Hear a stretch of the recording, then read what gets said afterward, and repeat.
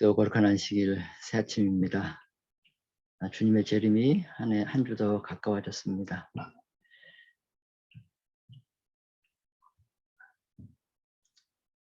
행복한 안식일입니다.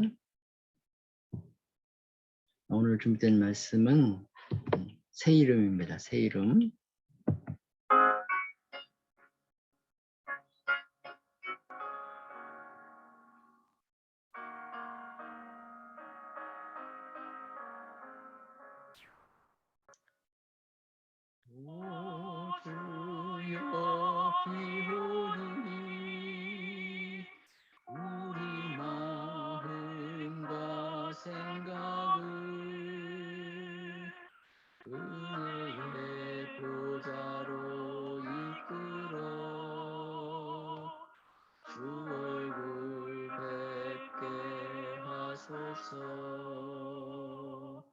우리의 생활의 변화를 심령의 활력을 주소서. 주의 앞에 성도들 다 함께 이 순간 기도하게 하소서. 기도드리겠습니다. 고마우신 저희들이 하나님 아버지, 오늘도 복되고 거룩한 안식일을 허락하시니 감사를 드립니다. 주님의 오심이 한 주 더 가까운 이 안식일, 저희들이 진정 이기는 자가 되기를 간절히 소망합니다.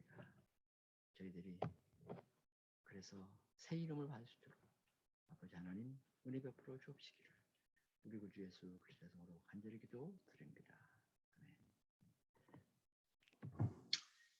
나는 하나님 일 하고 하나님은 내 일 하시고. 전에는 제가 우리는 했는데요. 우리는 너무 광범위해서 나로 바꿨습니다. 주님 오십니다. 봉사합시다. 주님 오십니다. 회개합시다. 요즘 우리 하객교회 성도님들께서 봉사를 많이 해주시면 감사드리고요. 우리가 이제 천국이 가까웠기 때문에 더 많이 또 회개하는 여러분과 제가 되기를 간절히 바랍니다. 예수의 제자가 되자. 예수의 제자를 삼자. 이기는 자들의 새 이름입니다. 계시록 2장 17절 귀 있는 자는 성령이 교회들이 가시는 말씀을 들을지어다. 이기는 그에게는 내가 감추었던 만나를 주고 또 흰돌을 터인데 그 돌 위에 새 이름을 기록한 것이 있나니 받는 자밖에는 그 이름을 알 사람이 없느니라. 감추었던 만나를 주겠다고 약속하셨고요. 또 흰돌에 새 이름을 기록해 주겠다고 약속하십니다. 여러분과 제가 이 두 가지 약속을 꼭 성취시키길 간절히 바랍니다. 새 이름은 새로운 신분과 특성을 나타내는 이름인 것입니다. 새로운 신분. 우리는 이제 신분이 바뀌는 것입니다. 조건은 이기는 그에게는요. 승리하는 그에게는 하나님께서 우리들에게 새 이름을 주시겠다. 3장 10절에도 말씀하십니다. 이기는 자는 내 하나님 성전의 기둥이 되게 하리니 그가 결코 다시 나가지 아니하리라. 내가 하나님의 이름과 하나님의 성곳 하늘에서 내 하나님께로부터 내려오는 새 예루살렘의 이름과 나의 새 이름을 그의 위에 기록하리라. 새 이름을 기록하겠다고 약속하십니다. 초기문지 15쪽에도 말씀하십니다. 14만 4천 명은 모두 다 인을 받았으며 완전히 연합되어 있었다. 그들의 이마에는 하나님이라는 글자와 새 예루살렘이라는 글자가 쓰여져 있었으며 예수님의 새 이름이 들어있는 영광스러운 별도 새겨져 있었다.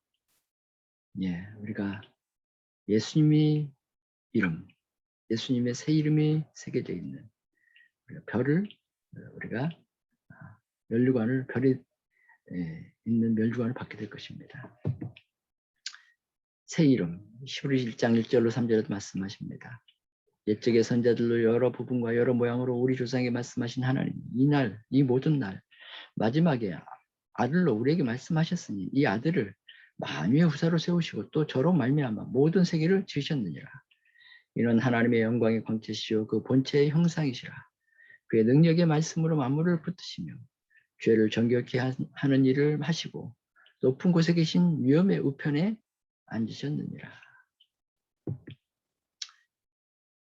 저가 천사보다 얼만큼 뛰어남은 저희보다 더욱 아름다운 이름을 기업으로 얻으심이니 하나님께서 어느 때에 천사 중 누구에게 내가 내 아들이라 오늘날 너를 낳았다 하셨으며 또 다시 나는 그에게 아버지가 되고 그는 내게 아들이 되리라 하셨느냐. 예, 바로 아름다운 이름 하나님의 아들인 것입니다. 여러분과 제가 하나님의 아들이 된다. 원래 우리는 어떻습니까? 사단의 자녀인 것입니다. 사단의 아들인 것입니다. 근데 우리가 하나님의 아들로 신분이 바뀌는 것입니다. 내가 너를 낳았다. 성육신이죠. 즉 하나님의 아들, 즉 인간의 구속을 위한 일인 것입니다. 예수님의 그 아름다운 성품을 닮은 자만이 우리는 새 이름을 받게 될 것입니다. 히브리 2장 9절로 10절 오직 우리가 천사들보다 잠깐 동안 못하게 하심을 입은 자 곧 죽음의 고난 받으심을 인하여 영광과 존귀로 관세우신 예수를 보니 이를 행하심은 하나님의 은혜로 말미암아 모든 사람을 위하여 죽음을 맛보려 하심이라. 그러므로 만물이 그를 위하여 또한 말미암은 이가 많은 이들을 이끌어 영광에 들어가게 하시는 일에 그들의 구원의 창시자를 고난을 통하여 온전케 하심이 합당하도다. 대속죄물로 온전케 되는데 바로 죽음을 통해서 이루어진 것입니다. 죽게 된 아들을 살리려고 아들이 되어 죽으러 오신 것입니다. 2장 11절로 13절을 말씀하십니다. 거룩하게 하시는 자와 거룩하게 함을 입은 자들이 다 하나에서 난지라. 그러므로 형제라 부르시기를 부끄러워하지 아니하시고 이르시되 내가 주의 이름을 내 형제들에게 선포하고 내가 주를 교회 중에서 찬송하리라 하셨으며 또다시 내가 그를 의지하리라 하시고 또다시 볼지어다 나와 및 하나님께서 내게 주신 자녀라 하셨으니 하나에서 났다는 거죠. 하나님께로부터 난 형제들인 것입니다. 저도 6남매입니다. 저희 형님이 계시고요. 제 밑으로 동생이 넷이 있습니다. 그래서 우리 가족들은 우리 형제들은 저희 부모님의 한 혈통인 것입니다. 마찬가지로 우리는 하나님의 한 혈통이 되는 것입니다.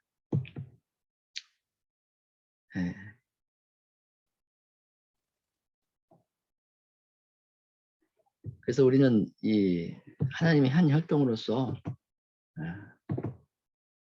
이렇게 말씀하십니다.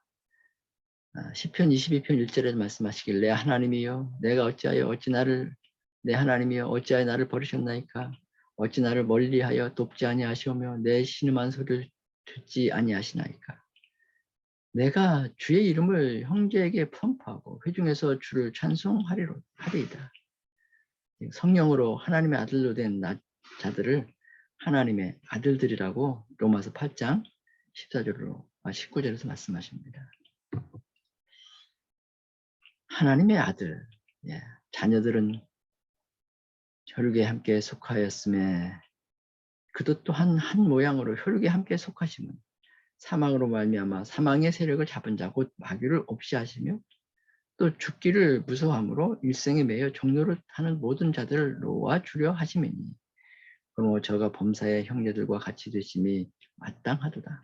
이는 하나님의 일에 자비하고 충성된 대제사장이 되어 백성의 죄를 구속하려 하심이라.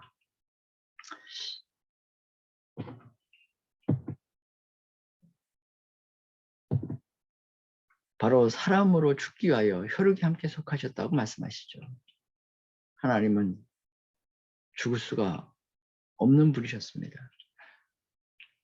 그런데 하나님께서 죽기 위하여 이 땅에 오신 것을 보게 됩니다. 예수님은 십자가를 위해서 오신 거예요, 사실은. 십자가의 길을 가시기 위해서 오신 것입니다. 마찬가지로 여러분과 저도 그 십자가의 길을 따라가야 되는 것입니다. 뭐 십자가의 길을 따라가는 것이 어떤 면에서는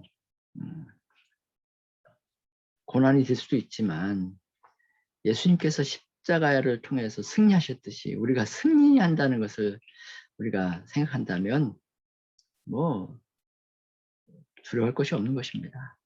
그분의 죽으심은 마귀로 없이 하시며 죄의 동된 자들을 놓아주려고 해방시키려고 죽으셨던 것입니다. 고린도후서 11장 2절로 3절에 말씀하십니다. 내가 하나님의 열심으로 너희를 위하여 열심 내노니 내가 너희를 정결한 처녀로 한 남편인 그리스도께 드리려고 중매함이로다. 제가 이 목회자 가정 두 가정을 제가 이렇게 중매를 했는데 한 가정은 지금 캐나다에 살고 있고 한 가정은 우리 서주원 앞에서 지금 목회를 잘하고 계십니다. 중매한다는 것은 참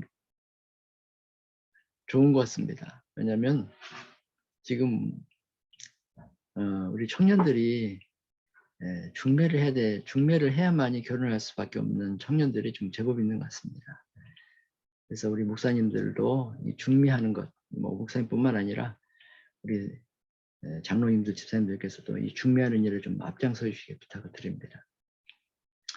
뱀이 그 관계로 이와를 미혹해 한 것 같이 너희 마음이 그리스도를 향하는 진실함과 깨끗함에서 떠나가 부패할까 두려워하노라. 11장 2절에 그 너희에서는 복수죠. 정결한 처녀는 단수입니다. 그래서 이 정결한 처녀는 성도들이 연합된 하나의 유기체가 된 것입니다. 그래서 정결한 처녀가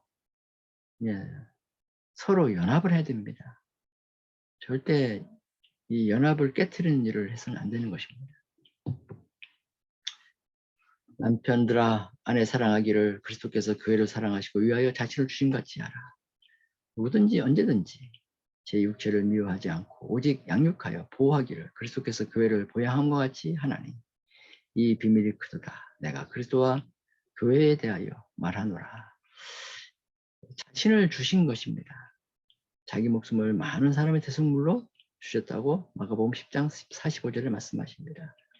희생당하신 어린 양이 남편이 되신 것입니다. 우리가 가족들을 위해서 희생하듯이 우리가 이제 이웃들을 위해서 희생하는 여러분과 제가 되기를 간절히 바랍니다. 호세아 2장 16절에 말씀하십니다. 여호와께서 이르시되 그날엔 내가 나를 내 남편이라 일컫고 다시는 내 바알이라 일컫지 아니하리라.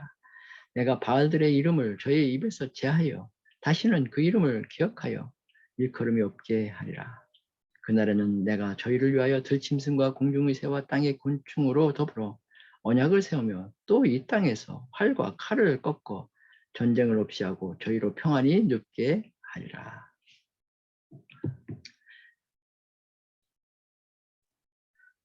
내가 네게 장가들어 영원히 살되 의와 공변됨과 은총과 긍휼이 여김으로 네게 장가들며 진실함으로 네게 장가들리니 네가 여호와를 알리라. 여호와를 안다는 것은 부부관계를 말하고 있습니다. 즉 아버지와 아들, 남편과 아내, 참으로 친밀한 관계인 것입니다. 그래서 우리는 한 가족이 되는 것입니다. 한 가족. 그리스도의 새 이름은 무엇인가? 결론적으로 말씀드린다면 하나님의 아들인 것입니다.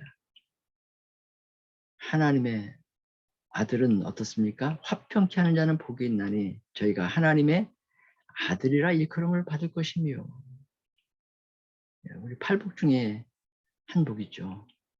그래서 우리는 화평케 하는 자가 될 때에 새 이름을 받게 된 것입니다. 화평케 하지 않는 자는 어떻게 될까요? 새 이름이 없습니다. 특별히 예수님께서 그렇게 하나님의 아들로 화평케 하기 위해서 십자가에 달려 돌아가신 것입니다. 대성물로 죽으신 것입니다. 어린 양이죠. 교회의 남편, 흠없는 하나님의 아들로 세우기 위하여서 자신을 대성물로 주신 것입니다. 그래서 이 성도들은 하나님의 아들인 것입니다. 하나님이 우리의 아버지가 되기 때문에, 즉 어린 양의 아내, 즉 새 예루살렘 성의 유기체가 되는 것입니다. 그래서 우리는 이기는 자의 새 이름, 즉 우리는 승리하는 새 이름을 받게 될 것입니다. 그래서 우리가 승리한 새 이름을 받게 될 때에 감추었던 만나를 받고, 또한 우리가 새 이름을 받게 될 것입니다. 제가 지난 안식일에는 새 사람이라는 제목으로 말씀을 드렸는데요. 이 새 사람과 더불어 이제 새 이름, 여러분께서 새 사람에게 새 이름을 주시는 그 하나님의 약속을 기억하시고 늘 우리가 승리하시는 여러분과 제가 되기를 간절히 바라면서 말씀을 마치겠습니다. 모두가 영육간에 강건하시기를 주님의 이름으로 간절히 축원합니다.